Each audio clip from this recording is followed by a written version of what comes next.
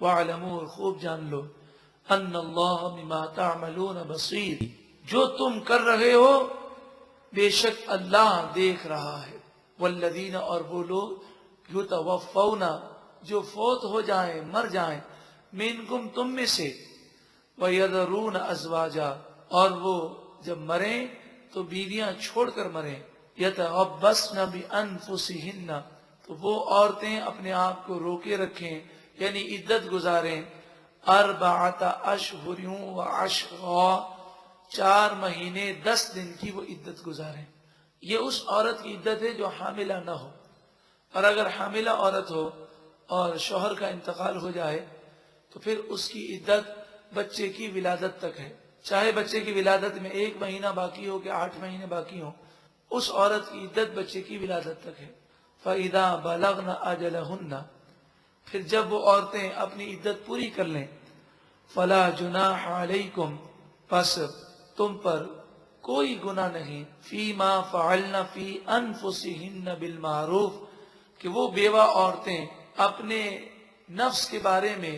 جو فیصلہ کریں دستور کے مطابق، یعنی وہ دوسرا نکاح کرنا چاہیں تو کسی قسم کا کوئی حرج نہیں۔ ہم ہندوؤں کے ساتھ بہت عرصہ رہے ہیں، اس وجہ سے مسلمانوں میں، خصوصاً ایشیا کے مسلمانوں میں، یہ وبا بہت عام ہے۔ بیوہ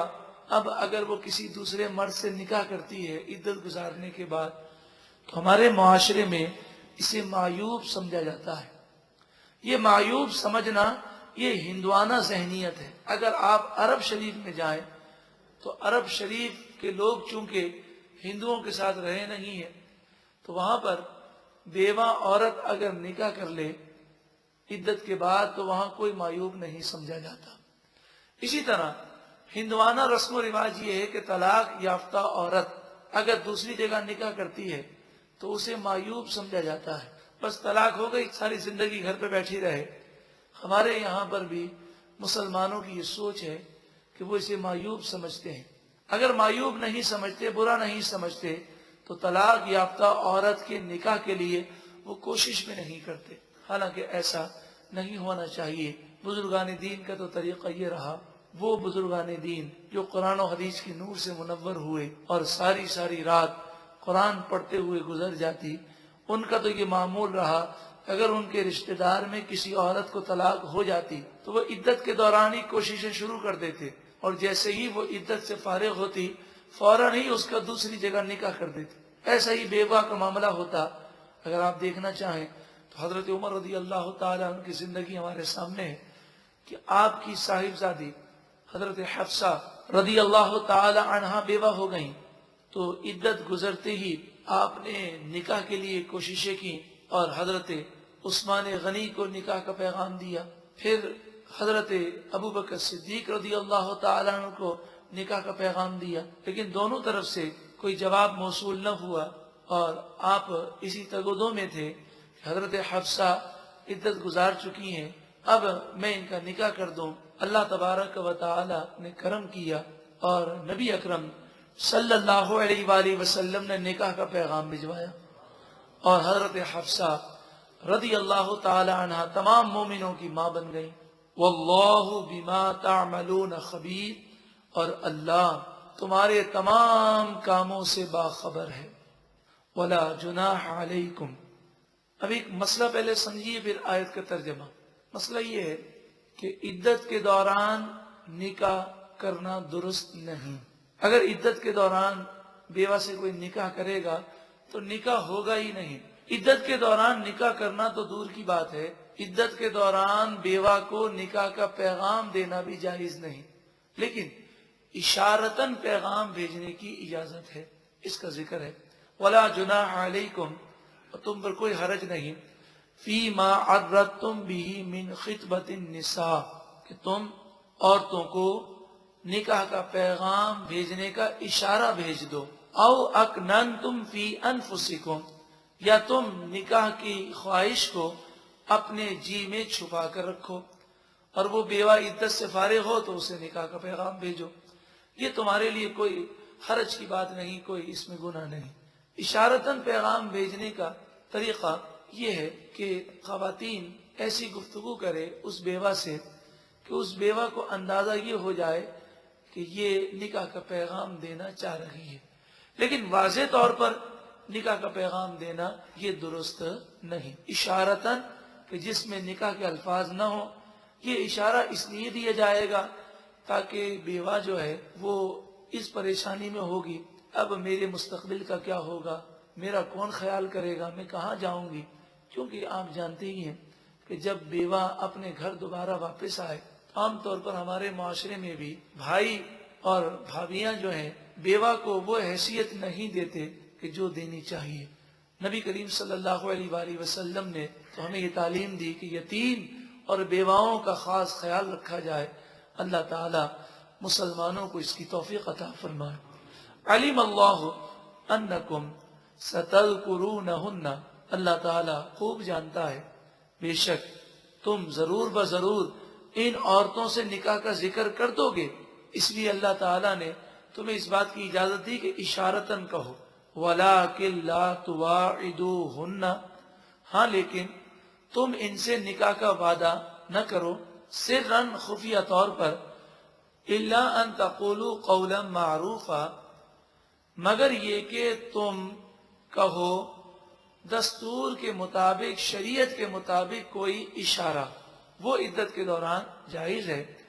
وَلَا تَعْزِمُوا عُقْدَةَ النِّكَاحِ، اور عدت کے دوران نکاح کی گرے مضبوط نہ کرو، نکاح نہ کرو، حَتَّى يَبْلُغَ الْكِتَابُ أَجَلَهُ، یہاں تک کہ عدت پوری ہو جائے۔ وَاعْلَمُوا، اور خوب جان لو،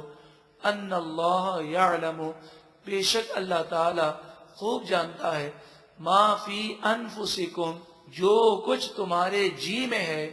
فَاحْذَرُوهُ، پس تم واضح ذکر کرنے سے بچو۔ وَاعْلَمُوا، اور خوب جان لو، أَنَّ اللَّهَ غَفُورٌ حَلِيمٌ، بے شک اللہ تعالی بخشنے والا حلیم ہے، حلم والا ہے، رحم فرمانے والا ہے۔ گزشتہ رکوع میں اور اس پورے رکوع میں جہاں طلاق کے مسائل ہم نے بیان کیے، وہاں حلالہ شرعی کا مسئلہ بیان کیا گیا۔ حلالہ شرعی کی تفصیل یہ ہے کہ حلالہ شرعی کی دو قسمیں ہیں۔ ایک حلالہ شرعی اتفاقی ہے۔ اتفاقی کا مطلب یہ ہے کہ ایک عورت کو 3 طلاقیں ہو گئیں، اب اس نے عدت گزاری، اور عدت گزارنے کے بعد اس عورت نے کسی اور مرد سے نکاح کیا اتفاقاً، پھر اس مرد کا انتقال ہو گیا یا اس مرد سے اس کا نباہ نہ ہوا، طلاق ہو گئی۔ اب عدت گزار کر پھر تھوڑے عرصے کے بعد دوبارہ پہلے شوہر نے رابطہ کیا اور دوبارہ ان کا نکاح ہو گیا، اسے حلال شرعی اتفاقی کہتے ہیں۔ اس میں تو کوئی اختلاف ہی نہیں ہے، یہ اتفاقاً ایسا ہو گیا۔ اور ایک حلال شرعی وہ ہوتا ہے کہ جو پہلے سے طے کیا جاتا ہے، اس کے بارے میں فقہا کا اختلاف ہے، لیکن فی زمانہ فقہا نے چند شرائط کے ساتھ بچوں کے مستقبل کو بچانے کے لیے اور گھر کو بچانے کے لیے حلالہ شرعی کی اجازت دی ہے۔ ان چند شرائطوں میں سے ایک شرط یہ ہے کہ جو دوسرا مرد نکاح کرے گا وہ یہی سمجھے گا کہ یہ میری بیوی ہے، وہ اسے بیوی تصور کرے، اور عورت بھی اسے اپنا شوہر تصور کرے، لیکن اسے رسم نہ سمجھے بلکہ سمجھے باقاعدہ نکاح کیا ہے۔ پھر نکاح کرنے کے بعد، دوسرا نکاح کرنے کے بعد اس دوسرے شوہر سے طلاق کا مطالبہ نہیں کیا جا سکتا۔ وہ طلاق نہ دینا چاہے اس کی مرضی ہے، اور اگر وہ طلاق دینا چاہے تو وہ طلاق دیتے وقت وہ یہ نیت کرے گا کہ میں ان بچوں کے مستقبل کو بچانے کے لیے دے رہا ہوں کہ جو اب میاں بیوی کی جدائی کی صورت میں ماں باپ کی موجودگی میں یتیم ہو گئے ہیں، اس لیے کہ بچوں کی شخصیت باپ اور ماں دونوں سے مل کر تکمیل ہوتی ہے ان کی شخصیت۔ اگر ماں کے پاس رہیں تو باپ کی شفقت سے محروم ہے، باپ کے پاس رہیں تو ماں کے پیار سے محروم ہے۔ اور یہ بچے عام طور پر اس معاشرے میں دیکھا گیا کہ ان بچوں کی کوئی بقت نہیں ہوتی، اور ان میں بہت ساری اخلاقی برائیاں بھی پائی جاتی ہیں۔ تو شریعت کا یہ قاعدہ ہے کہ بہت بڑی برائی کو روکنے کے لیے اقدامات کرنا یہ شریعت کا مطالبہ ہے۔ تو ان تمام وجوہات کی بنا پر چند شرائط کے تحت فقہا نے اس حلالہ شرعی کو جائز قرار دیا، لیکن پھر بھی کہا کہ بچ سکتے ہو تو اس سے بچو کہ یہ ایک ناپسندیدہ صورت ہے۔ لیکن آخر میں یہی عرض کروں کہ جب ہم یہ دیکھتے ہیں کہ بچوں کے مستقبل تباہ ہو جائیں گے اور پھر حالات اس نہج پر چلے جاتے ہیں کہ عورت دوسری جگہ نکاح کر لیتی ہے تو وہ دوسرا شوہر سوتیلا باپ بچوں پر ظلم و ستم کرتا ہے، اور باپ جو ہے وہ دوسری عورت سے نکاح کر لیتا ہے تو یہ سوتیلی ماں بچوں پر ظلم کرتی ہے، تو اس طرح ایک پوری نسل تباہ ہو جاتی ہے۔ تو شریعت نے اس کی وجہ سے امام اعظم ابو حنیفہ رضی اللہ تعالیٰ عنہ اور چند صحابہ کرام کے فتوے کے مطابق شریعت نے اس مجبوری کی صورت میں حلال شرعی کی اجازت دی، لیکن ان شرائط کے تحت جو میں نے عرض کیا کہ دوسرا نکاح کرنے والے مرد کو مجبور نہیں کیا جا سکتا کہ تو طلاق دے۔ لا جناح علیکم ان طلقتم النساء، اور تم پر کوئی مطالبہ نہیں اگر تم اپنی عورتوں کو طلاق دے دو، ما لم تمسوہن، اس حال میں طلاق دو کہ تم نے انہیں چھوا نہ ہو، یعنی رخصتی نہ ہوئی ہو، صرف نکاح ہوا ہے، قربت نہیں ہوئی، او تفریدو لہن فریضہ، اور تم نے ان کے لیے کوئی مہر بھی مقرر نہیں کیا، ومتعوہن، تو اب مہر تمہیں کچھ نہیں دینا، صرف ایک جوڑی کپڑے کی دینی ہے۔ ایسی عورتیں جن سے صرف نکاح ہوا اور رخصتی نہیں ہوئی، قربت نہیں ہوئی، خلوت نہیں پائی گئی، اور پھر عورت کو طلاق دے دی گئی تو مہر کچھ بھی نہیں ہوگا کیونکہ مہر مقرر نہیں کیا گیا، صرف اور صرف ایک کپڑے کی جوڑی دینی ہے، یعنی شلوار قمیض اور سر پر اوڑھنے کے لیے چادر کا کپڑا۔ علی الموسع قدرہ، سوال یہ ہے کہ اس کی مقدار کتنی ہونی چاہیے؟ تو شریعت نے فرمایا کہ مرد کی طاقت کو دیکھا جائے گا۔ علی الموسع قدرہ، یہ جوڑا اگر مرد موسی ہے، موسی کے معنی مالدار، تو مالدار پر اس کی طاقت کے مطابق ہے، وہ مہنگا کپڑا دے۔ وعلی المقتر قدرہ، اور جو غریب ہے وہ اپنی طاقت کے مطابق جوڑا دے۔ متاعا بالمعروف، دستور کے مطابق یہ سامان کا دینا ہے، حقا واجب ہے، علی المحسنین، مسلمانوں پر۔ وَإِن طَلَّقْتُمُوهُنَّ مِن قَبْلِ أَن تَمَسُّوهُنَّ، اور اے مردوں اگر تم نے طلاق دی اس سے پہلے کہ تم نے ہاتھ لگایا ہو،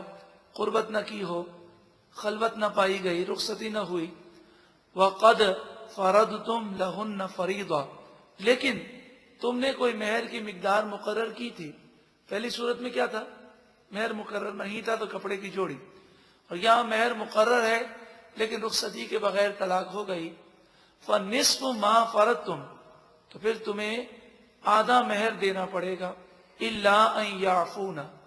مگر یہ کہ عورت اگر معاف کر دے تو عورت کو اختیار ہے، او يَعْفُوَ الَّذِي بِيَدِهِ عُقْدَةُ النِّكَاحِ، یا جس کے ہاتھ میں نکاح کی گرہ ہے یعنی مرد، وہ اگر زیادہ دینا چاہے تو اس کی اجازت ہے۔ وَأَن تَعْفُوا أَقْرَبُ لِلتَّقْوَى، قرآن نے فرمایا اور اے مردوں